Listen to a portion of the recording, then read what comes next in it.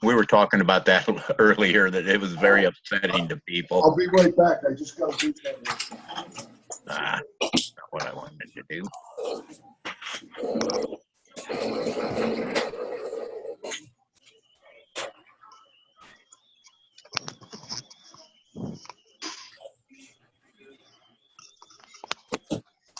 I mean, that's not going to have any effect on our club because we don't have any teams that would play in it anyway, but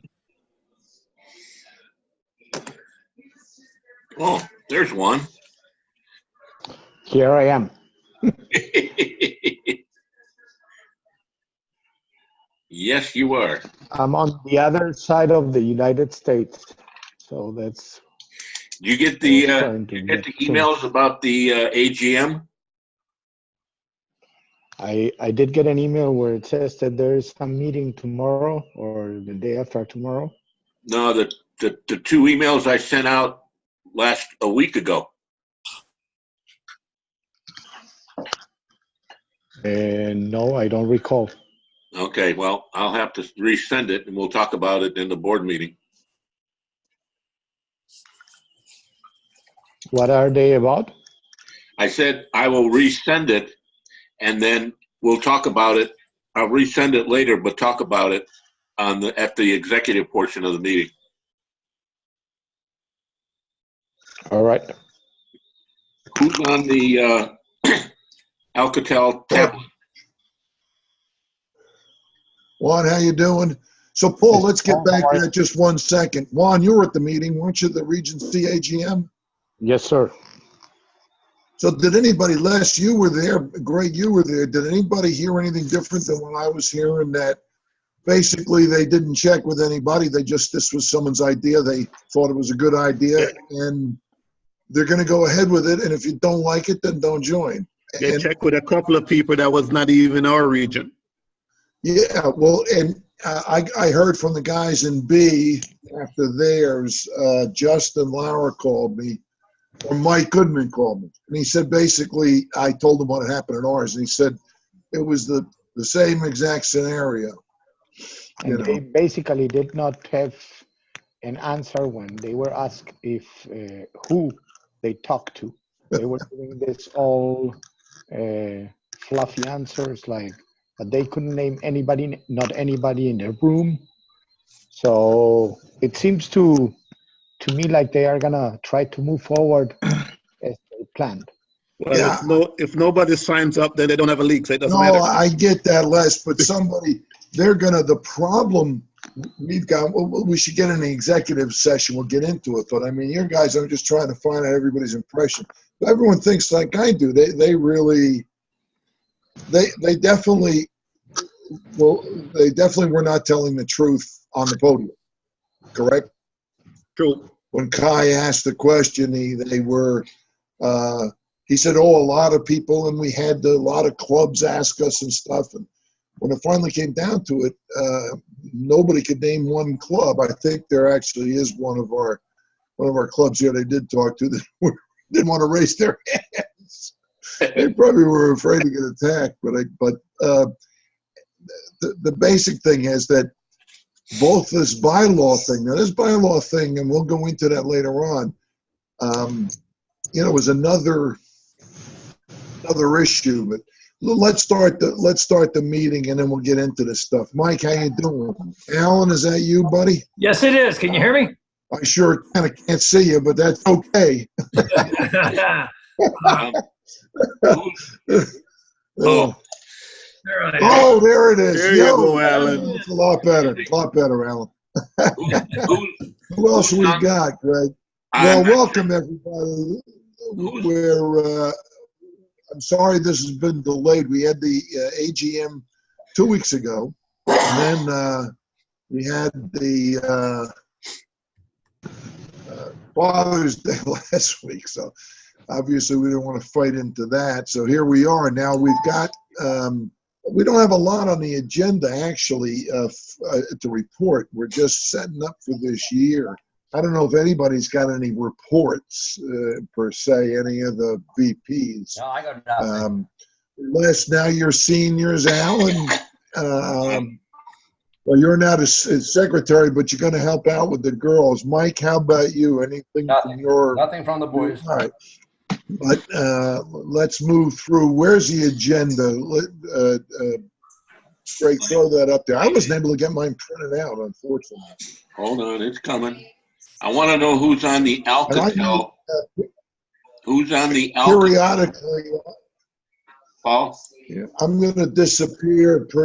What's that? I need to know who's on the Alcatel 3T tablet and who's on. That'd be me, James. Who's that? Can you hear me? Who is this? Can you hear me? I It's can James hear you. from Winter Haven. That's James Bowen. James Bowen, Winter Haven. James Bowen. It's James Bowen. Oh, okay. Who's I recognize the voice. Who's McCalloway? I'm Mike Calloway, From which club? West Citrus Soccer Club. West. Oh, good. Thank you. Hey, Greg, can you get the agenda up there real quick? Yeah, I'm trying to. Yeah, hold on. Generally, this is, welcome everybody. We don't have any reports, so we can get right into the few things we do have. There's a bunch in the executive session, not a bunch. There's some discussion that'll happen in the executive session that will be worth tuning into. All right, I need these. That's the minutes. These are the minutes that need. All right, first thing, let's approve last month's minutes. Everybody read them, and please, somebody make a motion to approve them. I'll make a motion to approve the minutes as. All right, thanks. We have a second? Second. All right, all in favor? Aye. All right. Okay. Now can you get up? Is it who's got this thing? Sherry or Greg? Who's got the screen? I got it. Okay. Problem is, throw the agenda up there real quick. will do. Hang on. Thanks.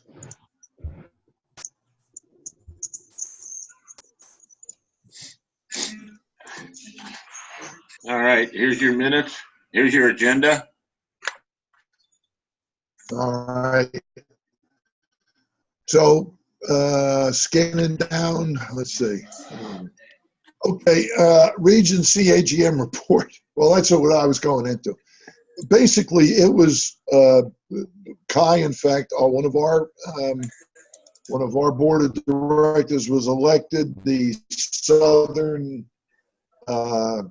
whatever that is, assistant VP for Region C, which is good.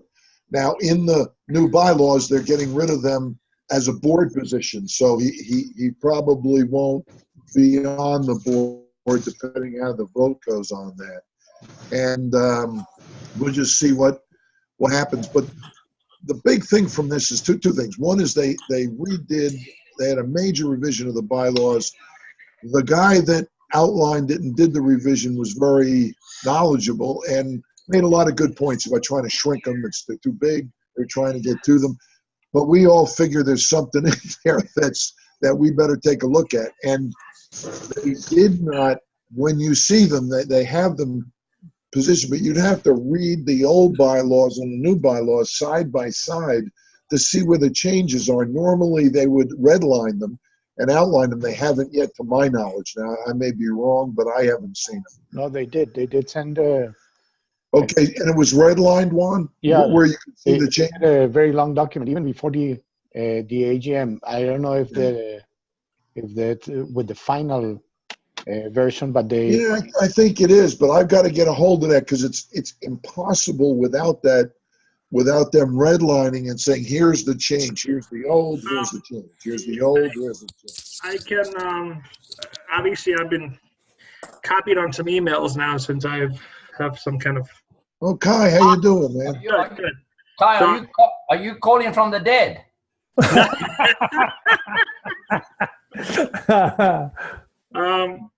So I have received some emails, obviously, since I've been part of the group now.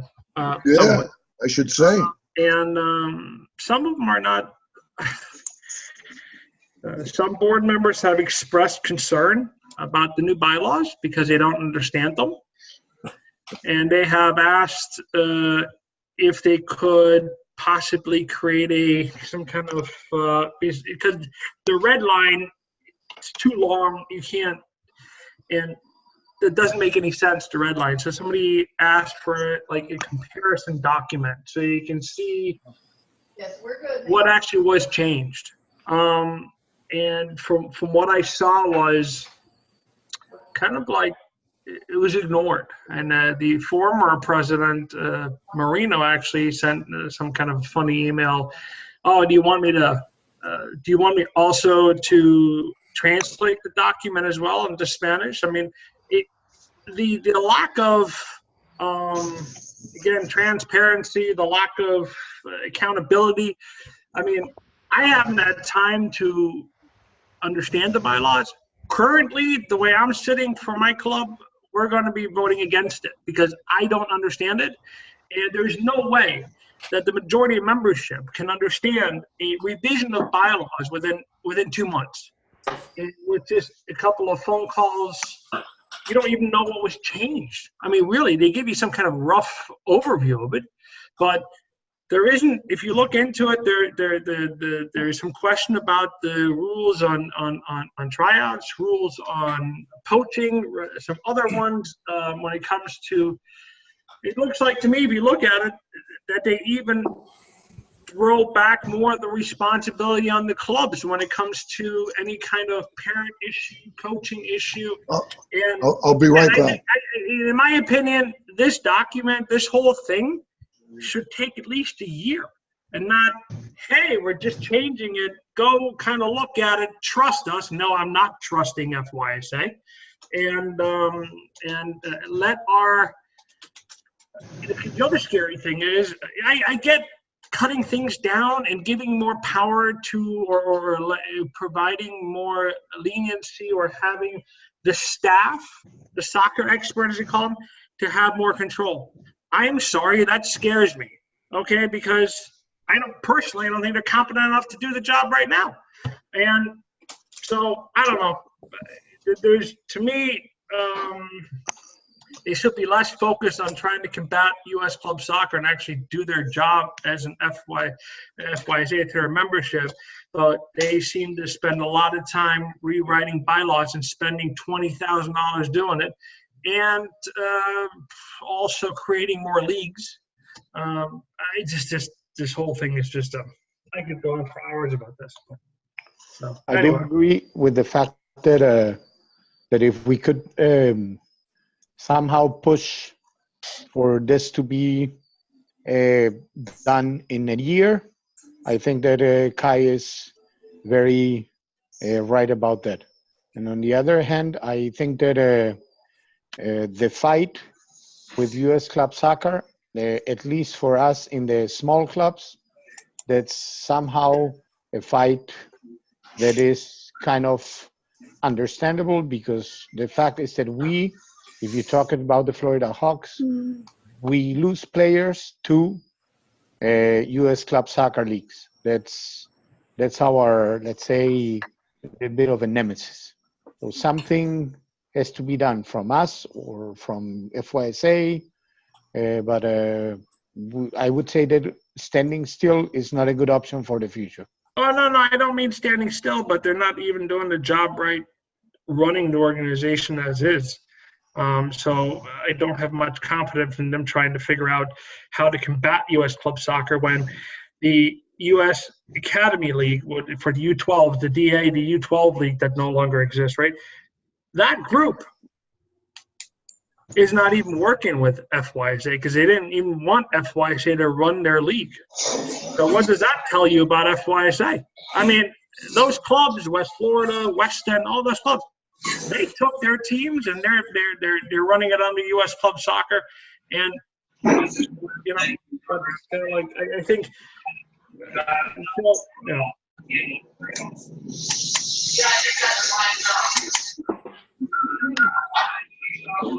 somebody else is going here. Yeah, whoever's in the background, if you'd mute for now.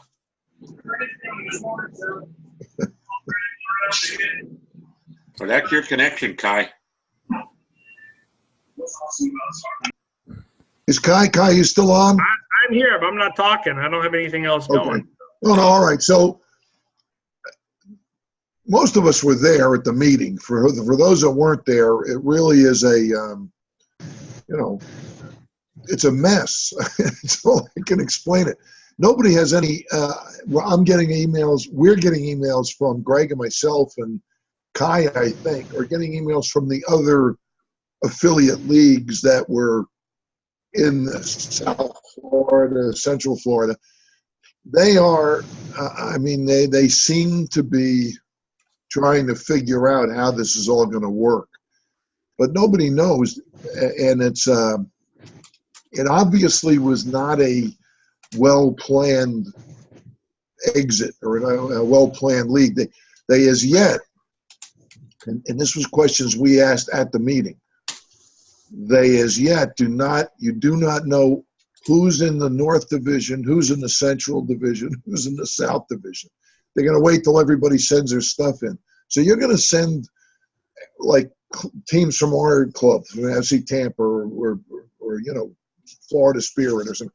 They're going to send an application in and have no idea who they're playing, where they're playing, and when they're playing, because they have a Saturday Sunday thing, which a lot of people don't like. There's a lot of Sundays in it.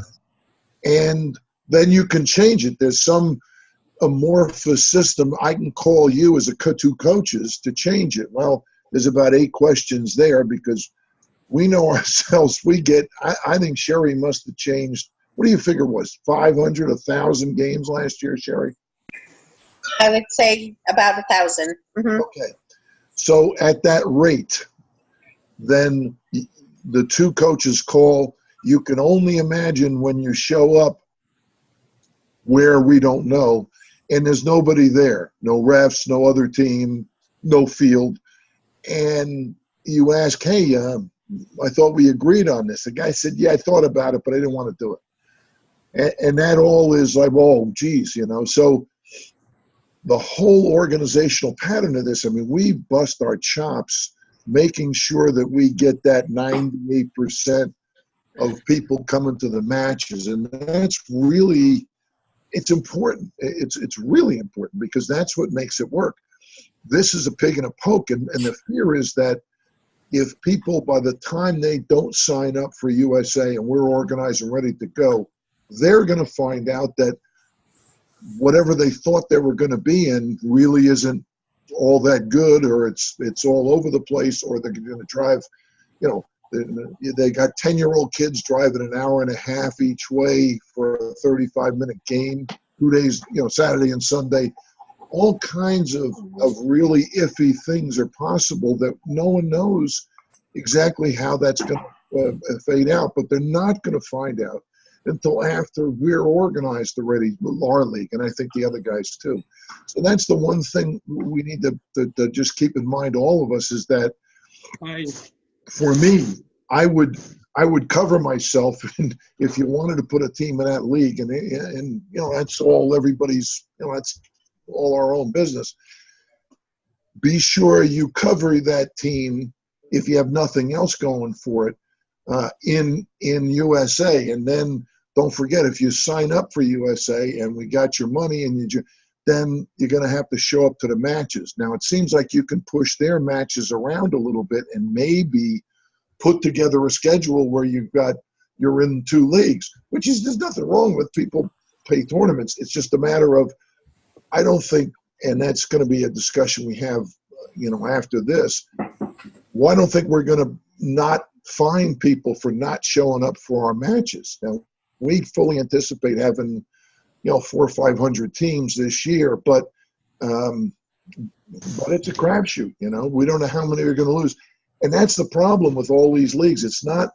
We're not by itself. We're member oriented. It's just us. So, if something's great outside of us, then let's get in it and figure it out and go with it. But,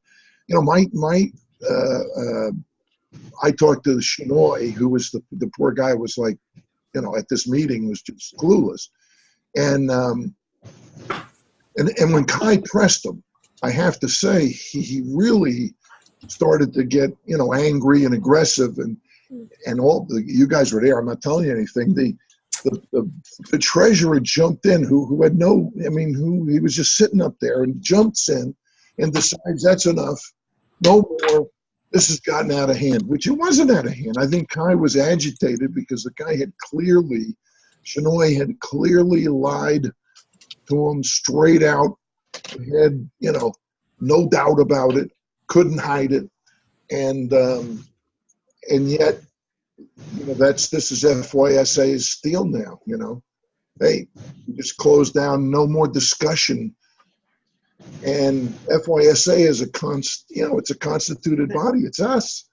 But basically, what is shown at this region CAGM is these guys. The same thing happened. If all of us remember, the reason we're sitting here doing this is because the board in front of us, way in front of us, started to forget that this was a member-oriented, that we were members, and everybody, had to agree on stuff and had to be transparent. And FYSA, to me, looks exactly the same as our old board was 8 years ago, or whatever it was when we got in this thing. And for the same reason, they seem to have forgotten that it's a membership-oriented thing, and I think they have the votes to do anything they want. That'll, at the AGM, we'll see. But it's really crazy right now, I have to say. And we don't know. You diffuse if you have 10 places to play. There's going to be not a lot. There very possibly could be a lot of unhappy parents because they're getting dragged hither and yon, and either they're not getting the matches are not symmetric, meaning they're not, it's 11-0 or something, where the game is for neither team was fun, or no ref, or no field ready, or no other team. And that's where that's where the strength of our members here has always been, is that you're going to get to the game. There's going to be someone there, And the other thing,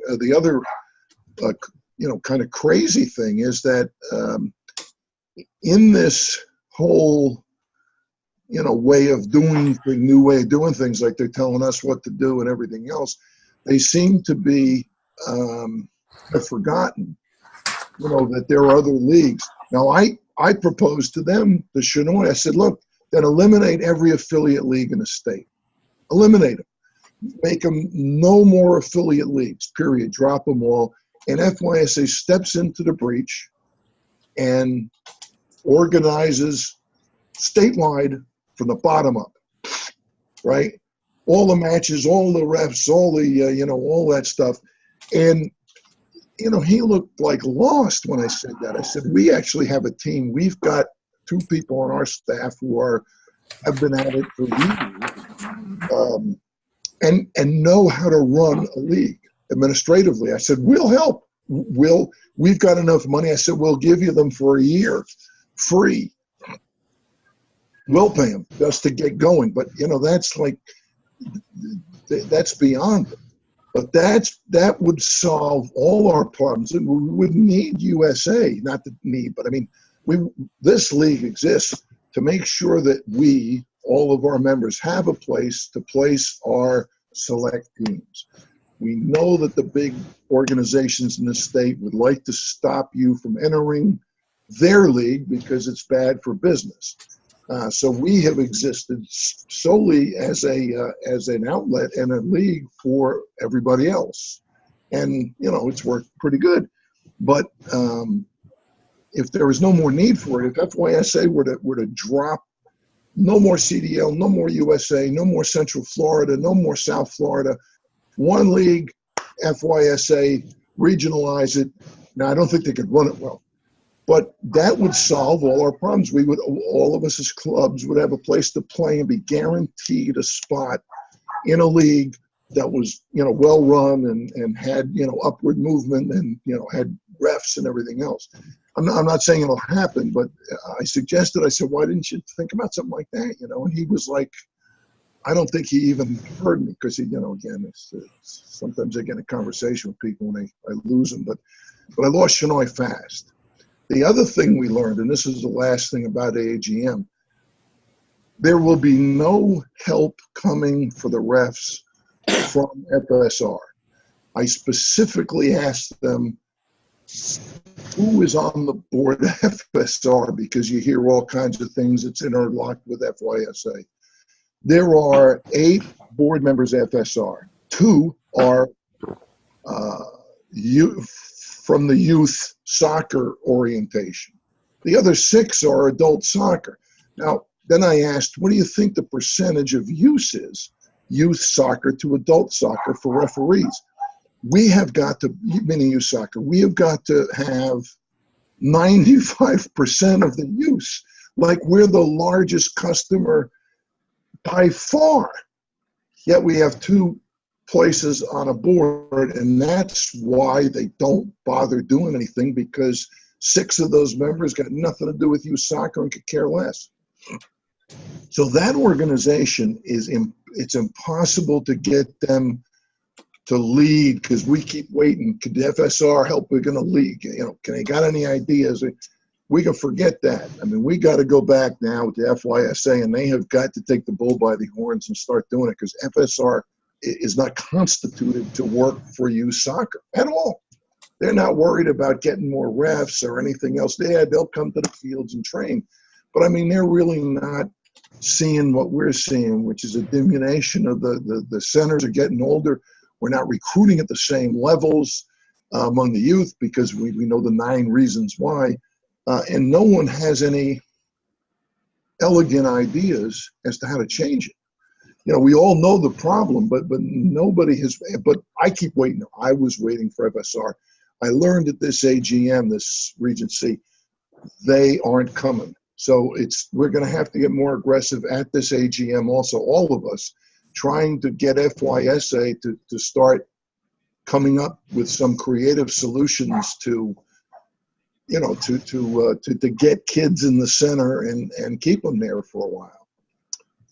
All right, that's it for me. Anybody else on? All you guys went. I mean, not all, but anybody else have any ideas as far as that? I mean, I think we go to the national AGM. I mean, the state AGM now and see what pans out. In the month we have before we get to it, there's going to be a lot of information going back and forth, and I will, and Greg will, and Kai will try and keep you guys informed. But one thing we got to do is try and get as many votes as we can. For instance, I don't think FC Tampa, just my own feeling on the AOR, is going to vote for the new bylaws, even though they may be okay. I don't trust those guys as far as I can throw them because they have not been transparent, and that's not a good sign. When we're a volunteer organization, we're all in this together, and yet we're getting we're getting 1 card at a time to turn over, and that's really a bad sign. So I think we go back to saying no for us, for our club. We're going back to no changes.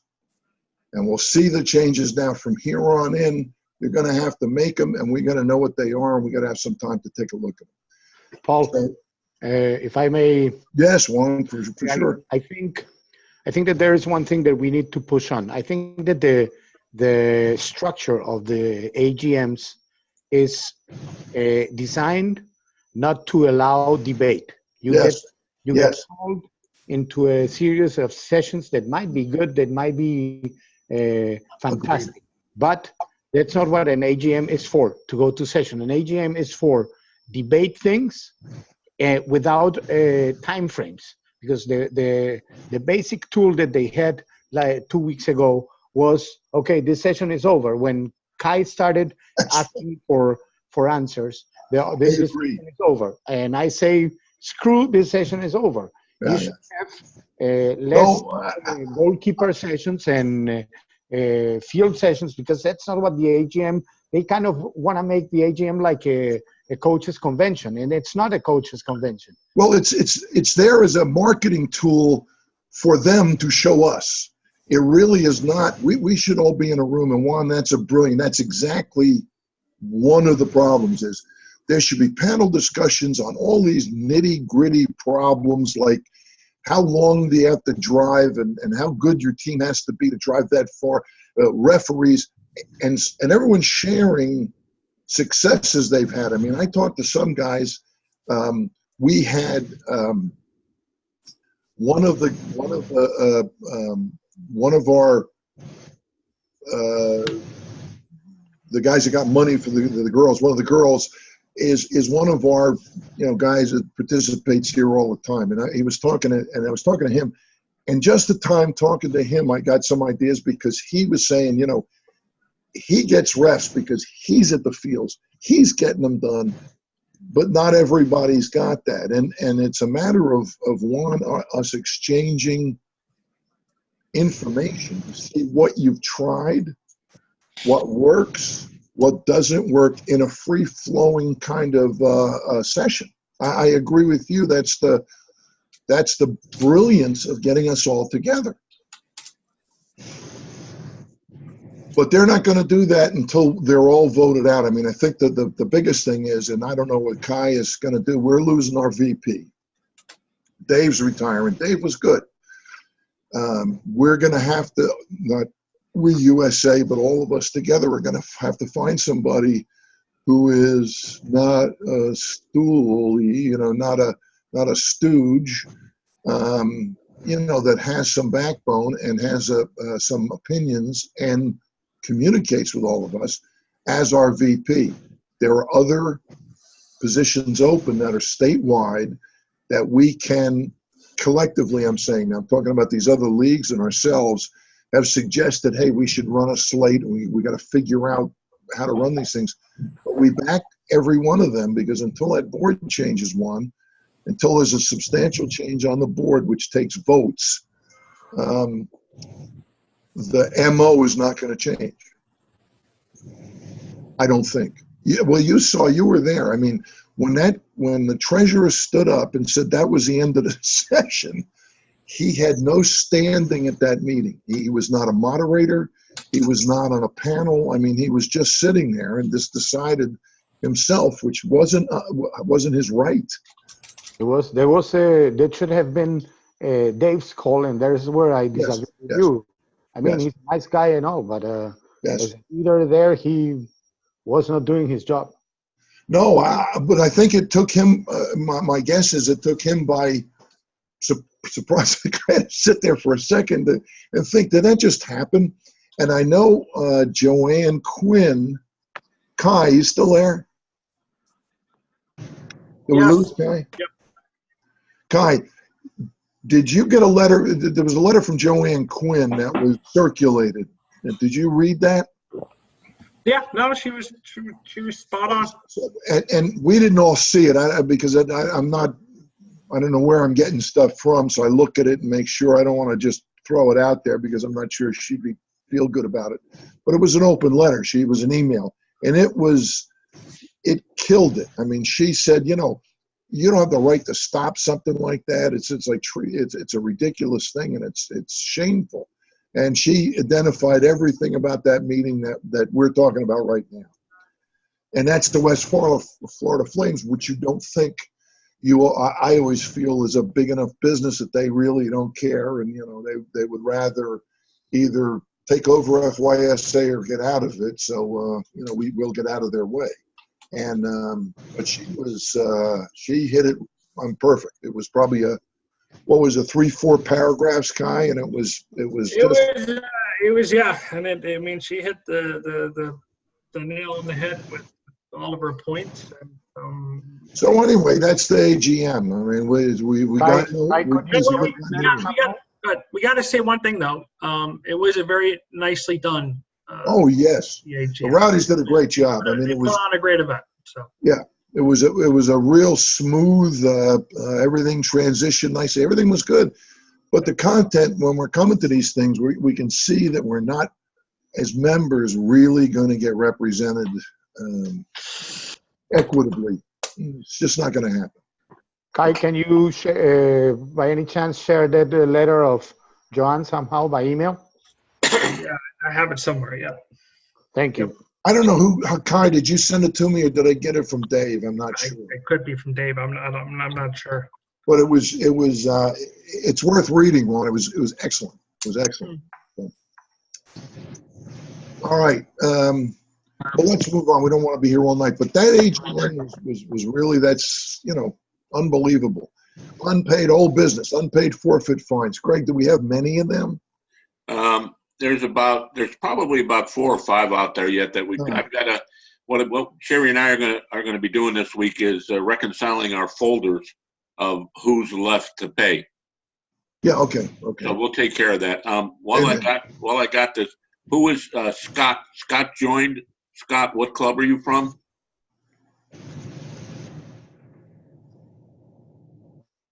I got somebody by the name of Scott that signed in. Don't have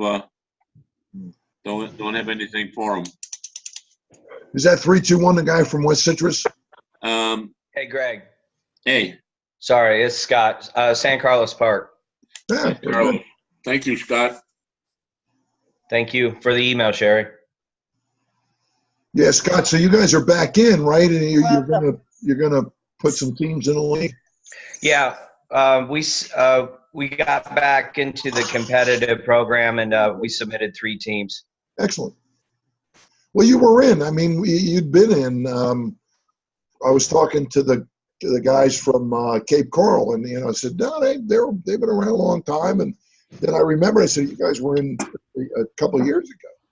Yeah, we were part of the GPS West experience. Oh, okay. So we were out for 2 years under contract, and so we came back last year and had younger teams that did Southwest Florida, but we have some older teams. So we got 3 boys teams, I think 14, 17, and 19s. All right. Well, we'll see you at the coaches meeting then, and we'll try and kind of slow it back. And one of the problems of leaving is you technically start out in the third division, got to work your way up. But at the meetings, we see there's an appetite from the coaches to play the best teams. So there's always a give and take at those things. It's immutable. Gotcha. So don't we'll cross that bridge when we get there. All right, red card site. I don't know what to say about that. Just take a look at the red cards. And I don't know if they drag through the season. Do they, Greg? Do they stay with the players? They do. Okay. And I'm assuming that many of them have been served, but just they never sent in proof. So if someone could send me proof, have someone look at that site and make sure you don't have any kids that are that are going to be caught out there. New business. Senior team applications due 7/1. And again, we're all from clubs, so this USA thing we understand is all of us together. And I'm not a USA or die kind of guy, but right now I'm figuring that we're going to see a influx, and then I think we're still going to see 400 teams, 500 teams, something, and then we have the capacity, we have the funds to fund ourselves for this entire year. So we're in no matter what. And then we'll see what starts to develop otherwise, whether this thing dies, stays, whether we can morph into it. I just, don't know. But we've got the capacity to last probably 1 or 2 seasons and continue with our core competency, which is our clerical end, because that's really all this league is a giant clerical thing. We do some other stuff, but it's really the point is to get people to fields to play a match and to play an elegant match that day. So we're going to stay with it. We don't know what's going to happen, but don't be so sure that anything outside of this will be okay for your parents. And think about that, because I don't know what our capacity is going to be after we form the league. to then have people panic stricken and running back, and not running back because it's a bad word, coming back and joining. I don't know how we'll handle that. We're kind of out there in the wilderness. But obviously, it once we set the schedule and the teams, it's not going to be easy to change it at all. Well, I do think that between now and the certainly the senior Her Discover card. the senior meeting. Just give her a purse. Well, Mike, as I read that, between now and the senior meeting, I do think that we need to put together because we know who we are. We know who we have in the league and our structure and our history. We should just make sure that we tell that story to everybody that is our members and let them know that, what they can expect going forward. Because as you say, I think people are going to maybe want to go and taste what some of these other leagues. Absolutely. But they don't know what, everybody's going to just hope that things work out. But I think that we can really do ourselves good by just being, to market who we are very succinctly and confidently and proudly. Well, on that note, Mike, at the AGM, I must have had 12 or 14 people come up to me and say, "You guys," I said, "Sure. We're running this. We're just figuring the same thing, and that's what we're going to do. The league's going to be functioning because we know that not everybody's going to even get picked up by these leagues, and people aren't going to join. So we have no idea." Really. Yeah, but you see, but I disagree with you. I think that these other leagues are going to grab whoever they can grab. Yes. And they because there's no criteria as to the level of team. It's going to be whatever is going to be there because they're going to try and make these leagues. Correct. Correct. It's liable to be a real cluster. Yeah, and we can be. I mean, I think that I just think that we should do ourselves a favor and stand up for who we are and let everybody know that in a very simple marketing strategy. Well, two things on that, Mike. So you would say send an email out to our already existing clubs just to reiterate that we're playing, exactly. And the things we see. Yeah. I just don't want this team to be like throwing stones at these leagues. I'm really not. If we can make them all work, then we should. But I don't see the plan they have in place is really slapdash, and a lot of the questions aren't answered. And when they get answered, you're going to have some unhappy parents getting schlepped around, either the competition, because the logic of these new leagues is that the existing leagues should be a foundation for them. They should be there should be a reward from our leagues into their league. Kind of a controlled, criteria-based.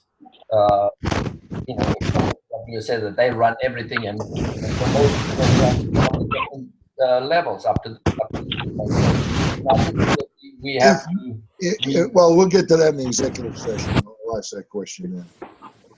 We have scheduled dates for the coaches meeting, 7/20. So I mean, the senior coaches meeting is pretty fast. I mean, it's under a month. The juniors spread out a little more, 8/17. So we have dates for them already, and we've rented the hall, so we're going to be there. Ref assigners, I don't know why that's on the agenda. The ref assigners are going to submit the fields they assign. That's a clerical thing on our end, is it not, guys? Sharon, Greg? Yeah, just if anyone's on the line, just a reminder. Oh, okay. Mm-hmm. I need those, to get set up ahead of time. I got you. Okay, good. For the good of the game, this Tuesday, and do we understand the site, Sharon? Well, yeah, it's on the calendar. If you scroll down to the calendar, there is a link. I'm having our website went down this week, and we got it back up, but I'm not able to post. So I've got our web guy looking at that. And I'll get that up there. Knows this FYSA. Maybe we should send an email blast out with also. There is a Tuesday night. There's a webinar on this FYSA bylaw and policy proposal statewide session. So it's everybody in the state. I don't know how many openings they have, but probably a couple hundred. And it's going to be on June 25th between 8 and 9. Is there a link to that then? Yes. If Okay. you if you click yes. If you go to the calendar and then you'll be able to click on the link. So you can, everybody can access that. I don't see that I'm going to make it. Tuesday's not a good night for me, but everybody that can should and see what it says. My guess is they also sent a link to all the clubs. Did they, Les? Okay. Yeah. So but my guess is, Les, it's not going to be an open it's going to be the same thing we heard at the AGM, which was kind of confusing to me. You know, oh, it's good. You had too many rules. We just got to mobilize enough clubs to say no and defeat the whole. Yes, agreed. I just don't know where everybody stands. It seems like last year we got a real lesson in people who said, hey, yeah, we're going to vote for, like Dave. Hey, we're going to vote for you, Dave. Everything's fine, you know. And when you looked at the numbers, the first round of voting, you could tell that none of the big clubs in Hillsborough, Pinellas County could have voted for him by the vote totals. We all did. But I mean, you know, so he was obviously told by some or all of them that they were going to vote, and they didn't. So you got to, you know, this thing is really, in fact, the way they do it now, Les, there's probably a question about the veracity of it. Is it, you know, I mean, at least when it was paper, you had to count them and stuff. This electronic thing, man, you know,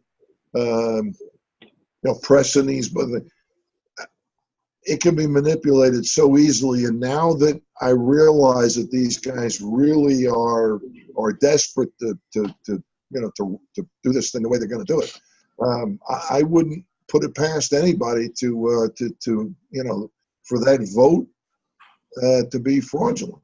That I hate to say that, but you can't trust now, I think, any of these systems. It's crazy. Well, like you said earlier, we need to get some of our own candidates on the board. Yes. Well, I think we've got one or two. And I do have a candidate which I share with you at the AGM. So yeah, for the FYSA board. Yes. Okay. Send that to me again, Les, in an email. Okay. He's got it now. Someone's got to nominate him. He's got to do something. And he will not be the kind of guy who's just going to vote for something just because they want him to. No, that's all we need. That's all we need is thinkers. I mean, guys that are open. He will debate it, and he will not. It's not a yes guy. But you know, yeah, we need people on the board that really are into youth soccer, because FYSA has lost play, and again they never say this, and it's not a good sign. They've been losing players. They've lost a lot of females and they've lost males. We're actually going backwards. Soccer should be progressing at 3 or 4, if it's not 10, 3 or 4% a year in growth. Just because the game is good, boys and girls can play it equally. Boys and girls can play at a young age and still have, you know, a match, where some of the other sports you have to wait till you're older. So there's everything in our favor, and it seems like we've done everything possible to turn people off to coming down. And really, it's going to be the non-soccer parent who's got a 5-year-old that thinks this is a great idea for them, the way they can 5, 6, 7, 8, where they can run around and have fun, and slowly. And we don't seem to be attracting them. I know there are 20 reasons, but FYSA has completely, it's like they don't even admit it's happening. And that's a bad sign. You can't cure something if you don't admit you got the disease, you know? So, all right. Hi, yeah, real quick. Hi, Paul. This is Justin. How are you doing? Yeah, Justin Lauer? Yes. Oh, great, Justin. Fantastic. Yeah, I'm glad I was able to get on here. Yes, yeah, Justin, just for everybody's knowledge, Justin runs a Brevard League, and he we've been meeting with them for about 3 years. He and Mike Goodman and the guys from Central Florida League, and you know, we realize we have a lot of the similar problems. And this year, Justin has really been kind of the main guy coming up with solutions. So go ahead, Justin, with that intro. Sure. I appreciate the intro. Do we want to take this to the executive meeting?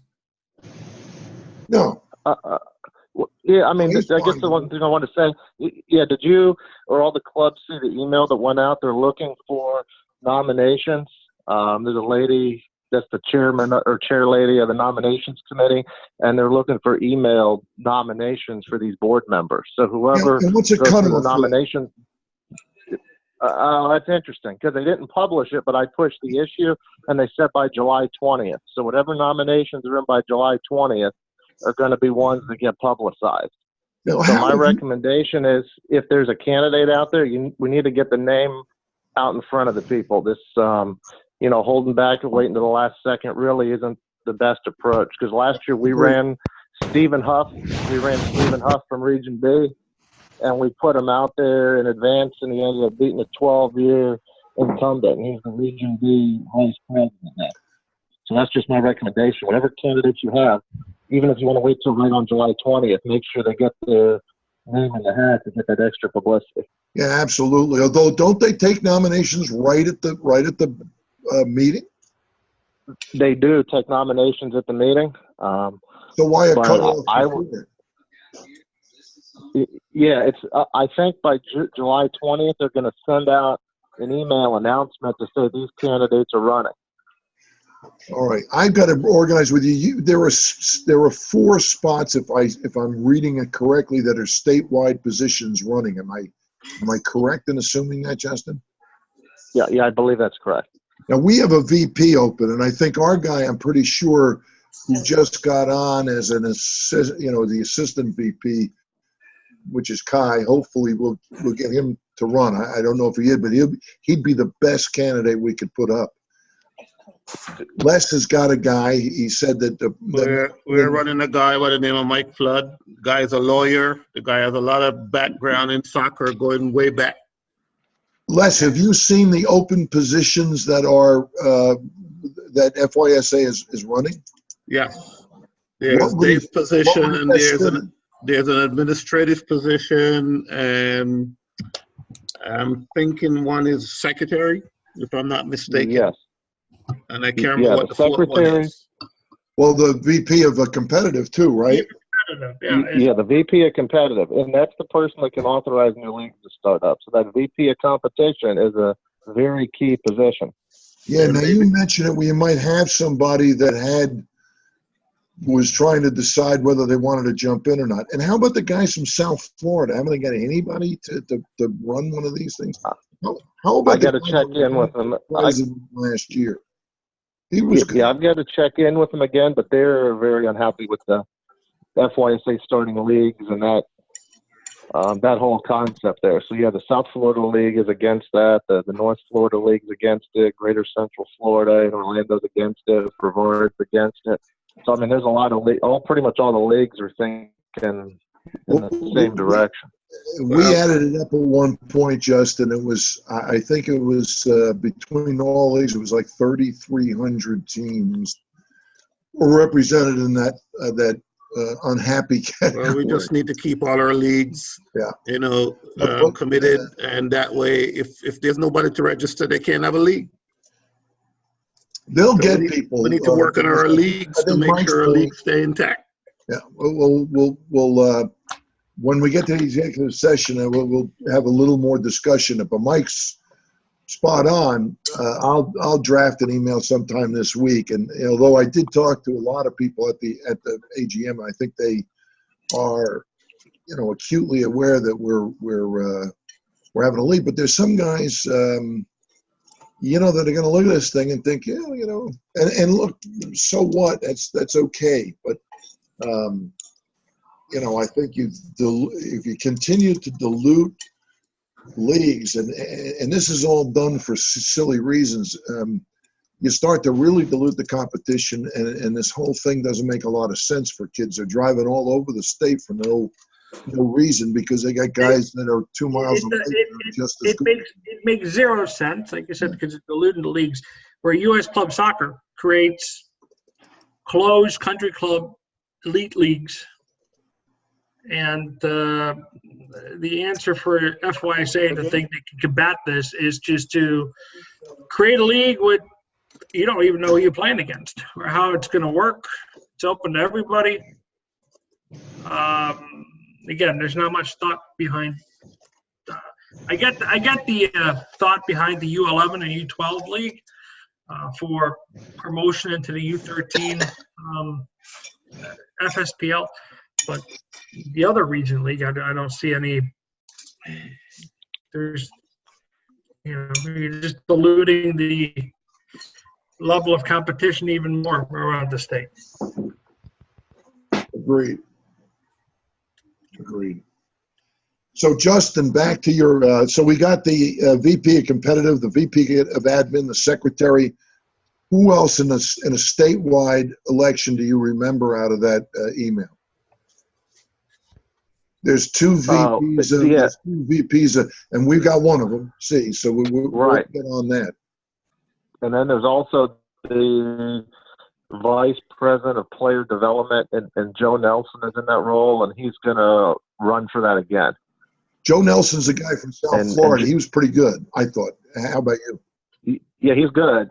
Yeah, he's good, and he was against, starting these other leagues up, and they didn't even tell him about it. He saw it on an email when everybody else saw it. When we met with Dave, and Mike backed me up. I mean, he said they didn't tell him a thing, and even when we asked directly, they were just kind of, well, we got to look, and but really they had it all planned.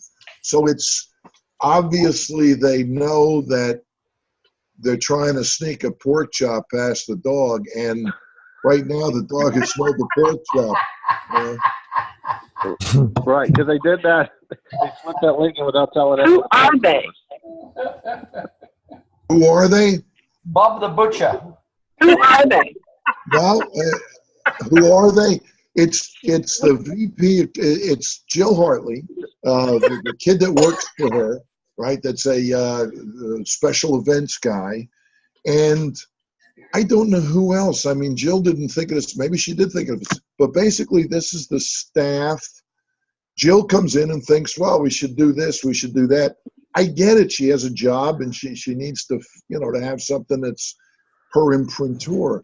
But it's the staff of FYSA, and who knows who else, because we can't see past anybody, and there's no transparency or clarity. So there were some other people on that board that obviously think it was a good idea also, but they definitely did not want to alert anybody they thought would think it was not a good idea. Now that tells you that they right away are not confident, and it's not a great idea. Now look, if they were to ban every organization in the state, no more affiliate leagues, and FYSA was going to take it right from the ground up, organize it right, administer it right, it would be interesting, to say the least, because it would eliminate all this bullshit. But that's never going to happen. I mean, that's not in my lifetime anyway, Chris. I just can't see it happening, because it's everything I see them do. It's not done with a lot of competence. They can run a tournament now. They've gotten that far. But this league thing is, I mean, we can tell you from our thing, and Justin, I don't know about your league, but there are so many wiggles in this thing as it goes along that you got to kind of, keep everything, it's like having your pool filter cavitating, you're trying to figure out exactly where the air's coming in. And it's that type of thing. You're constantly farting with it.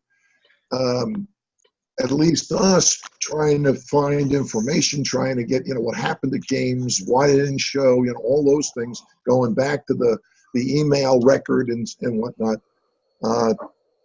to keep it on what looks like an even keel. And then, I mean, for all the members, all we want to see is, hey, okay, I showed up, I had a game, we won or lost. It's on the website as far as the results, and that's happy. But they don't see anything behind the scenes, and it's.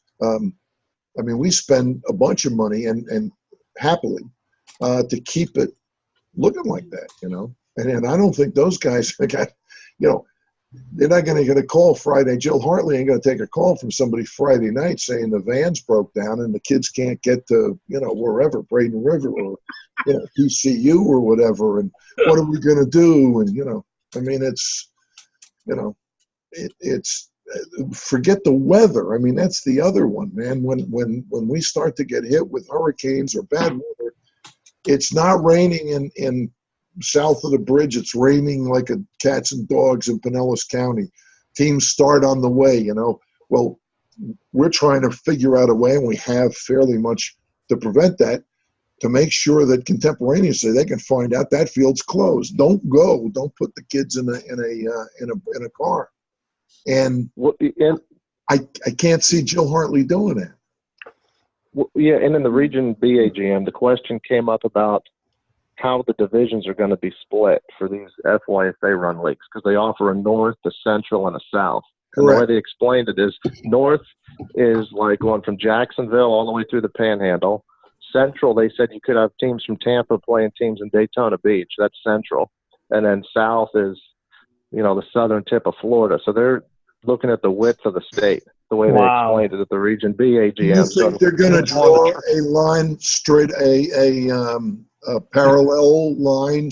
Yes, that's the way they explained it. Across the state, and that will be central? Yeah, yeah. Shinoy was there, and that was his definition of central. So he's the VP of competition that authorized this thing, and that's how he explained it when the question came up on the floor. But he wouldn't answer which clubs wanted it. You know, he would kind of explain the geography of the league, but beyond that, he wouldn't answer a question, and he said the boundary isn't firm either, depending where teams apply. And they shift it a little more north or a little more south. So he wants you to register first and then find out what you got. To quote Shinoy, 90% of the clubs in the state were for the league, but they only talked to one club at the Region C about it. So we did get the whole hands up vote, and yeah, Justin, one club in our region. I actually asked him when they wouldn't say anything. He said, "Well, raise your hand if you were contacted before this about this league."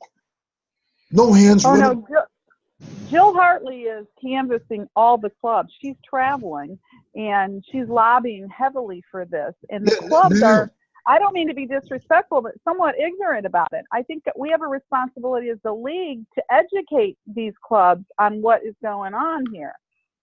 Well, we don't. First of all, we don't know.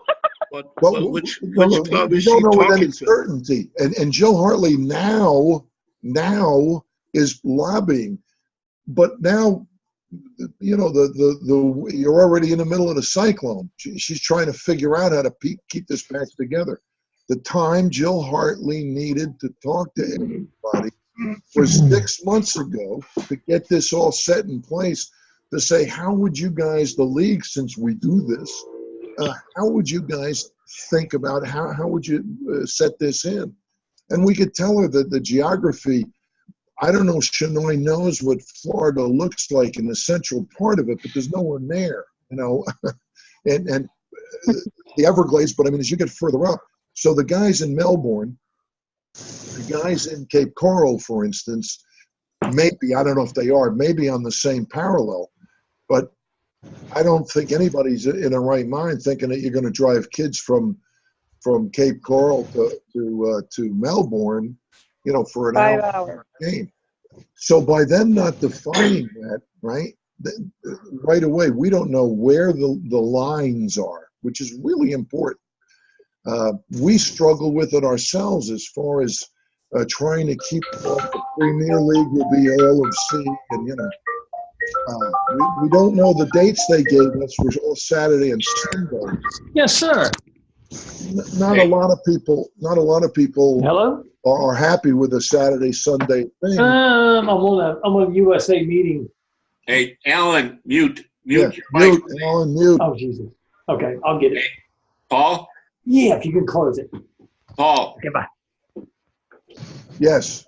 That's Crystal from Southwest Florida you're talking to. League? Yes. But Crystal, if we knew more, in other words, we just think if you jump in this league and because Mike, like, correct me if I'm wrong, but this thing starts like August 1st. They'll have schedules out by August 31st. That will be beyond our senior meeting and everything else. We'll be playing already. Correct? Yeah. Yeah. Well, we'd be close to playing. Yes. Well, we'll be playing by the time if it's August 31st. Yeah, take a look at 31st, yeah, because we second week of August. Yes. And they also have given a tentative schedule, right? And you see it's just full of Saturday, Sunday. It's 7, maybe 8 dates, but they're Saturday, Sunday, all of them. Man, I mean, let's just hypothetically, you get a team in there, now you've played 4 crappy matches where you've either beat the tar out of somebody or you got beat 11-0, where the play is not even. Now you got unhappy parents, and you're telling them 4 games in that, next Sunday and a Sunday after that and a Sunday after that, they're going to go to wherever and play. They start saying, well, you know what? I mean, we really don't need to play that one. The other question is, which we don't know, how much are they going to fine you? Because if the FYSA fines you, you got to pay them because that's your affiliation.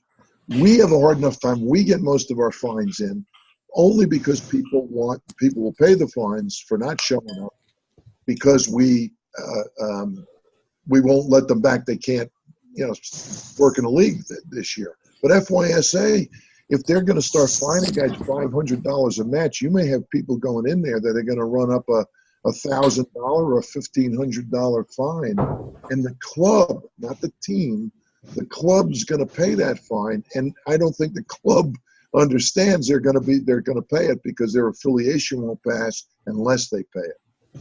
And I don't think anybody's got that, and I don't see what the penalty is if you don't show up at a match. Because I called the other guy and he said it was okay. And so we didn't show up.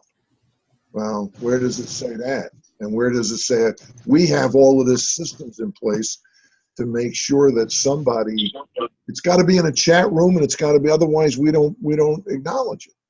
Well, imagine this. You don't have to go through essential, you got to go through Sherry to change our games after the 3-week period of change. So Sherry knows, the refs know, right?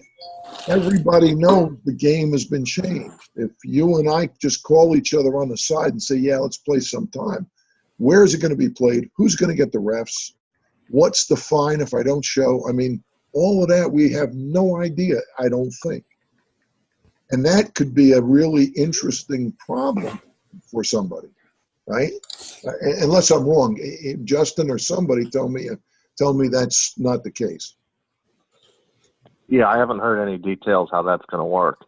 I mean, the only thing I kind of heard indirectly that the numbers on the statewide league are very low. They're not getting the participation level they thought.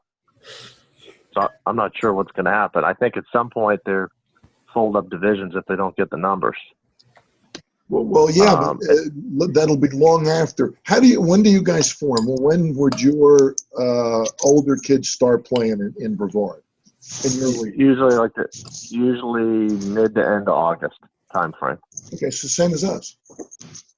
Yeah, usually I think most of the older kids do that because they start a little earlier to get done before high school. Yeah. So I think we cut off people on the same schedule. Yes, but here's the thing: their schedule won't be out by the time you start playing. Am I correct in assuming that?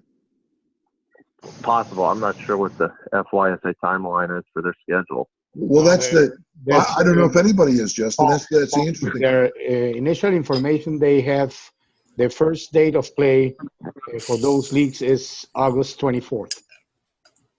Oh, okay. Is that what you read in the initial thing where you saw the schedule come out with the dates on it, Juan? Yeah, and that's they sent, I don't know, a week or a week and a half ago, they kind of resent an email, and those dates were corroborated. I mean, Yeah. So, Juan, let me ask you. So August. That was that email that had the play dates on it. Am I correct, or was it more? That's what I'm referring to. Okay. Well, so we have that. I mean, we saw that. I got it there. But take a look at those dates. That's the one where the Saturday and Sundays, it's all Saturday, Sundays. Am I correct in assuming that?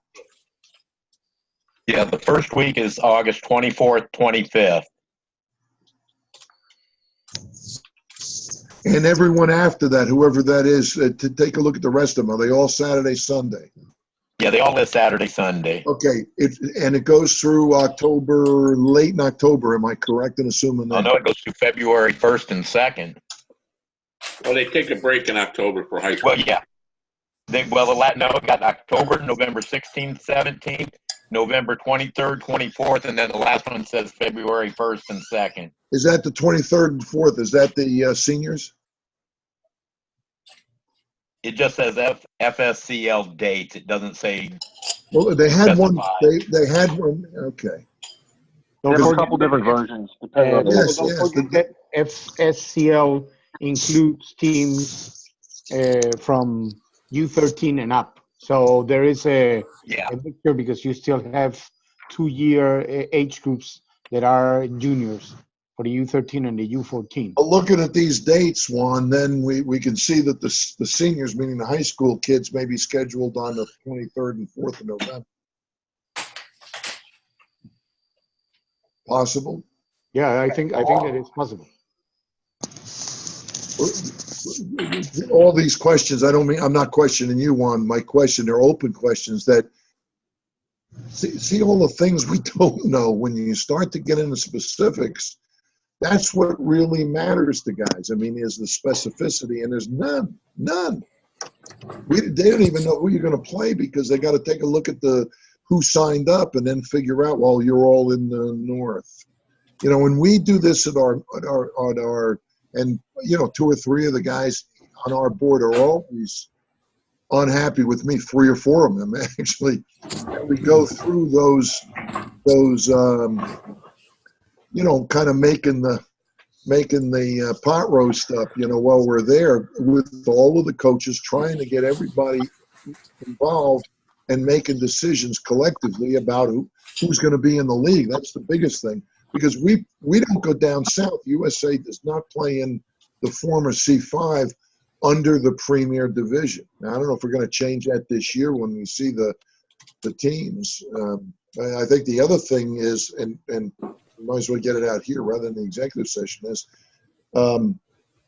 with teams, I got to say that some teams are going to try and play in both leagues, right? I mean, nothing wrong with that if you can change their dates, right? Because the Sundays won't bother you.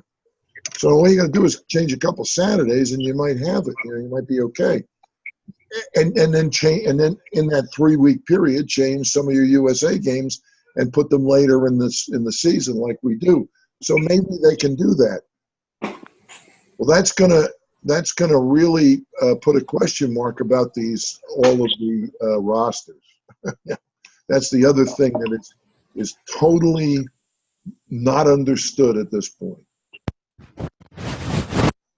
You know, so you got an FCS roster, you got a USA roster, they're the same.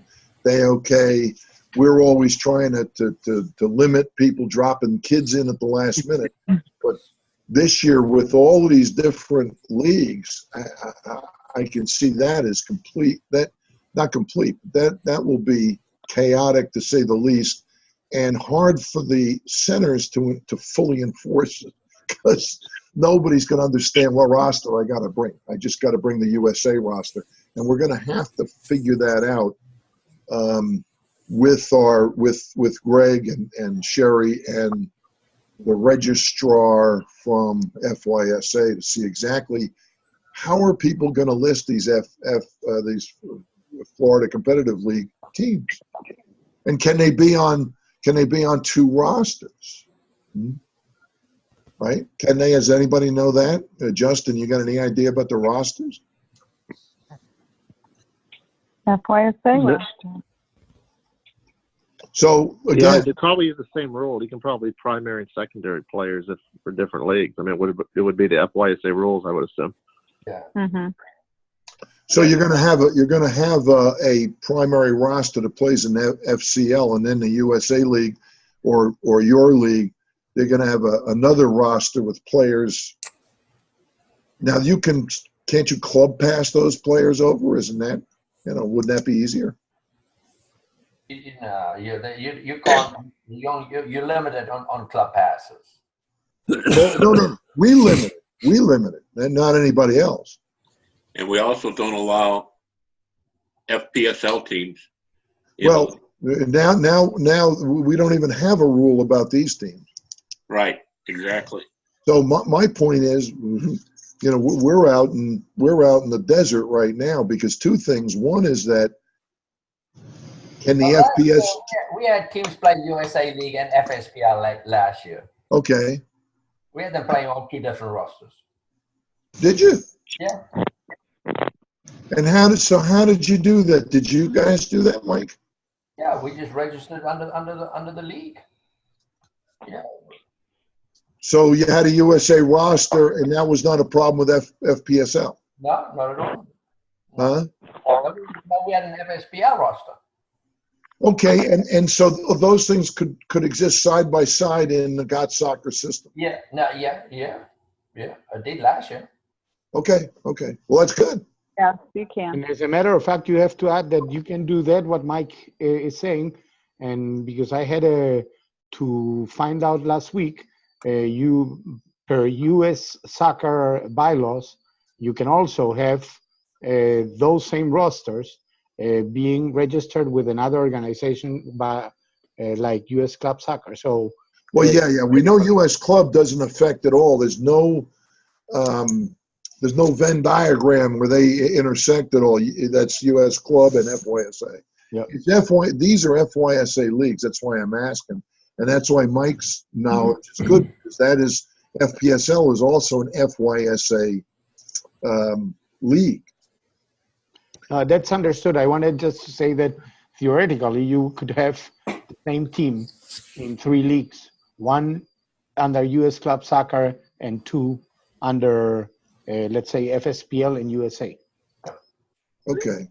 Yeah, We're gonna have to really understand that one. Yeah. Right?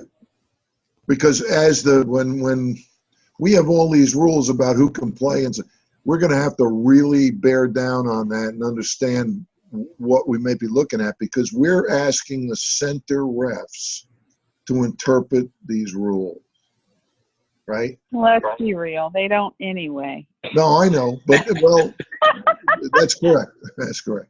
In the main, they don't, but we do have we get the rosters sent to us afterwards for 40% or 50% of the games. And a lot of the problems we've had and it's fewer now than it used to be. Someone just stuck 8 kids on a roster and they don't even, they don't belong to FYSA. They're not insured or anything else. We've been able to catch that by seeing the roster and then running it down. We get that roster, and it's hard for them then to obfuscate after you've got the roster in your hands. But this could be a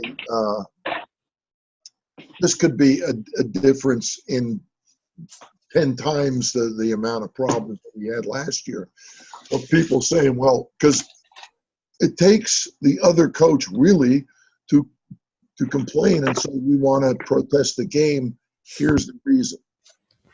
They had 6 kids that were, 25 years old on the team or whatever it is.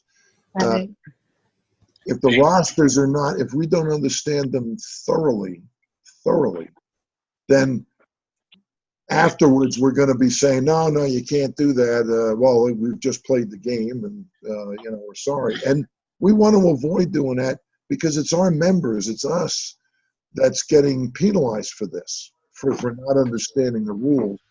And I don't personally want to be the one doing it, because if we don't understand the rules, ourselves, we're going to have to really get it straight and get it to our centers to say, hey, you know. What you're going to have to do, Paul, is you're going to have to allow everyone that is an affiliate of FYSA to play in our league, no matter if they're FPSL or whatever, because got soccer, and I'm even going to CDL as well. Other leagues that are affiliated, got soccer does not have an edit in there for our league only. They allow anybody that's FYSA affiliated to be put on that game card because they have a valid FYSA player pass. So, I mean, that's where you start. That's true. Yeah, I agree, Greg. I think that's what we had. That's why we're talking about it right now, because to try and enforce it, if you look through our bylaws, they were from 20 years ago. Right. For us, when USA had 750 teams, and that was the only league there was. So everybody was, those top 8 spots in the Premier Division were coveted. And everybody was trying to stay up there, and that's how the CDL, in fact, came to be. Is one of the clubs was getting some of their teams relegated, and they couldn't do it. They couldn't have it, and still charge the money they were charging. So that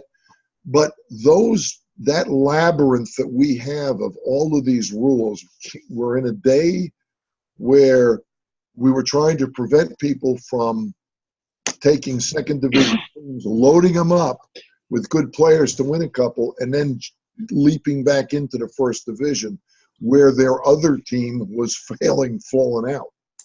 I can see that happening with this, though. Well, that's what I mean. We're past that. I mean, we're way beyond that circumstance, though.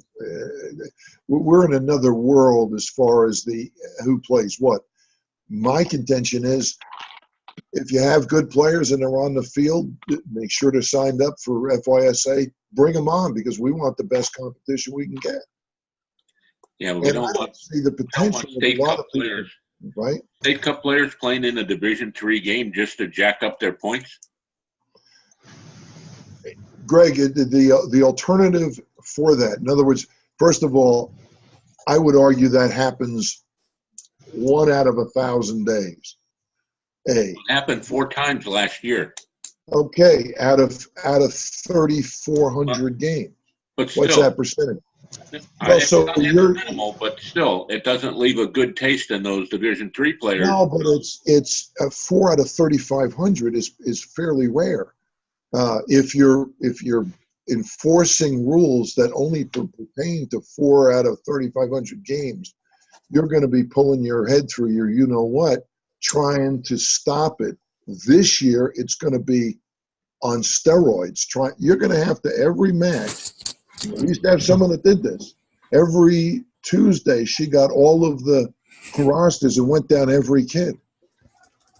I just want you to think about that for a minute, and to verify that they were okay. Now, I don't see that as a wise use of our resources, personally. But hey, I'm 1 vote. I'm not even 1 vote. So whatever the board wants to do, we do. My argument is the scenario that we're talking about right now about loading up third division teams. We had one of the girls' teams from Braden River because they were close, and the girls' team was only had 8 players, the third division, so they came in just to make a game out of it. And I think the Braden River team actually lost, even with those players. But that's not the intent that we were trying to stop, was guys loading teams up to move them up into positions to move up in the leagues. And that was what all of our bylaws and all of that, those 3 pages of what you can and can't do were all part of, because I was there when it happened. It was all designed because the first division was the Premier Division. You had so many teams trying to get to it that if you were losing teams, you wanted to jack up your second team to put it in the first division if possible. That's not the case anymore. I mean, people still want to get in the Premier Division, but they're not taking kids and putting them in the third division, trying to move up to the second division in the main. Now, we can handle it any way we want. My thinking is before we get in the season, we've got to, as a board, sit down and talk that through, because it's wrenching trying to enforce it. I mean, it's really almost impossible to do. So we have a standard that we're going to get somebody for. And if I were them, I would say, hey, you don't do it with anybody else. Why are you picking on me? Right? I agree with Paul. I am doing the numbers here. We played at the Florida Hawks. We played somewhere around, I think the total was 750 something games during the season, in a high percentage, and all those games were USA games. And I cannot say that there was one instance where I got a complaint from a coach telling me that the other team had brought down players to just to beat them. Because, by the way, I think that we are ignoring one factor there, at least from what happens with our parents at the Florida Hawks. The parents don't take it so easy anymore that you just bring kids to the team to play. Because correct. Every time you bring a kid down, there is one kid in that team that is being ignored, that has been in practices. Yeah, good point. It's not going to play. And that creates always a problem. More so, some parents are very rude when you bring guest players to the team. So I agree with Paul on that one, that I think that it can happen. I spoke to Greg about that a couple of weeks ago, but I don't think that that's the rule. I don't think that we should be creating a specific control body or control way, because I do not think that that's what's happening generally. It's an exception. It happens, and it will keep happening, with or without control. Yes, well said. I mean, that's the coach. Yeah, I think for this season, Greg, to me, and then we'll get this. Yeah, we'll probably have to vote on it next month, but we got to take a look at all of those bylaws and either suspend them or get them in some form or something that makes some sense, because we're in another world here than those bylaws were addressing. Those bylaws were addressing a league that was 20 years ago, like I said, that had 750 teams, and it was the only place to play. There was no other league. I know a guy who charges only $70,000. He can do the bylaws for us. Well, very good. That's insane. All right, well, let's get on to the executive session, although we covered a lot of it right now. But please make a motion to close this part out. Okay, let's somebody make a motion to close the meeting. I'll make a motion to close the meeting. Thank you. Second. All in favor? Aye. Aye. Greg, push up the next one, will you? We'll